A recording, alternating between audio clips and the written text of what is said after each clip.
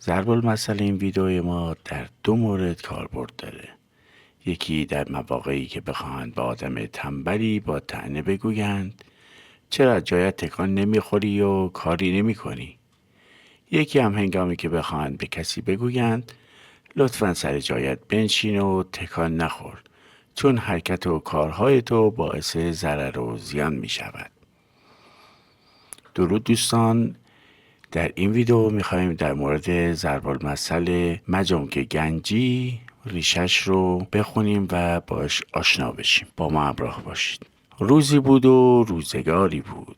در آن روزگار پادشاه احمقی حکومت میکرد که هر روز دستور خنده‌دار و بیهوده‌ای میداد و باعث دردسر مردم کشورش میشد. هر روز مالیات تازه‌ای از مردم میگرفت تا پول بیشتری به خزانه‌اش سرازیر شود.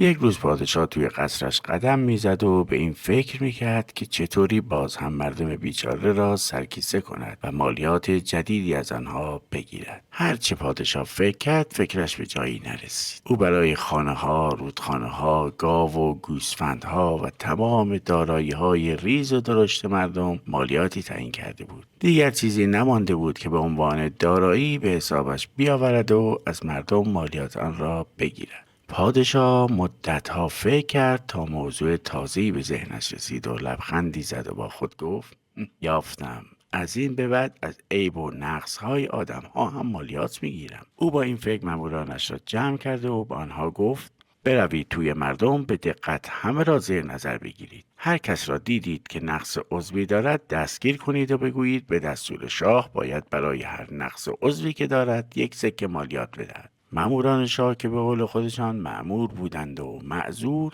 راه افتادند و رفتند به میان مردم تا به کسی می رسیدند که لنگ می زد یا دستش شکسته بود یا مثلا لال بود و نمی توانست حرف بزند، جلویش را می گرفتند و می گفتند تو نقص عضو داری و به دستور پادشاه باید یک سکه مالیات بدهی. مردم از این مالیات عجیب و غریب تعجب کردند و کم کم تعجبشان به خشم و ناراحتی و اعتراض تبدیل شد.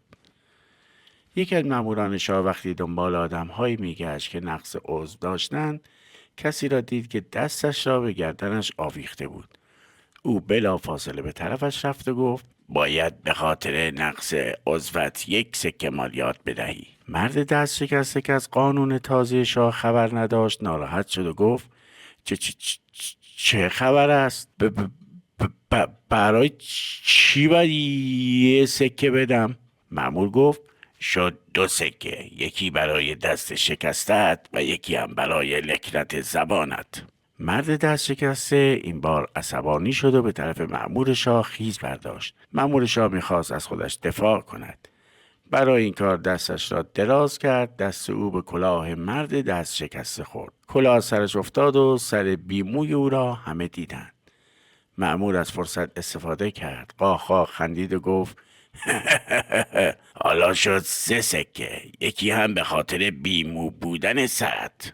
مرد دست شکسته که میدید بد جوری گیر افتاده است از فرصتی که پیش آمده بود استفاده کرد و لنگ لنگان از صحنه گریخت. مردم هم که دل خوشی از دستور جدید شاه نداشتند جلوی او را نگرفتند و گذاشتند که فرار کند. مأمور شاه وقتی دید مرد دست شکسته لنگ هم میزند از جا بلند شد و به سرعت خودش را به او رساند. مرد دست شکسته که نمیتوانست به خوبی بدود ناچار یک گوشه نشست. مأمور شاه به او نزدیک شد و گفت نجم که گنجی، یک سکه مالیات دست شکسته، یک سکه مالیات لکنت زبان، یک سکه مالیات سر کچل و یک سکه مالیات پای لنگ. فکر میکنم اگر تو را به حضور شاه ببرم بهتر است، چون ممکن است تو نقص عضوهای دیگری هم داشته باشی. 4 سکه که هیچی. با این دستور پادشاه تو برای او یک گنج هستی. حق یارتان.